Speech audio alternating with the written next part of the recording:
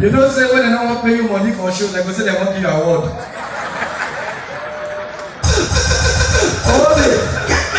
only DJ Abe owner.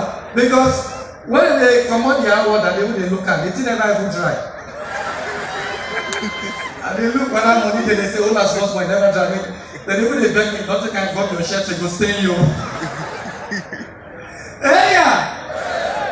First of all, thank you very much, Malake, and the organizer of this award.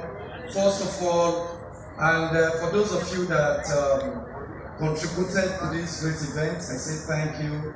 And I want you all to understand the fact that irrespective of what we do, no matter what we achieve, no matter what we have, no matter our cars, no matter our mansion, there is just one thing we need to understand, that we are not taking them to our grave.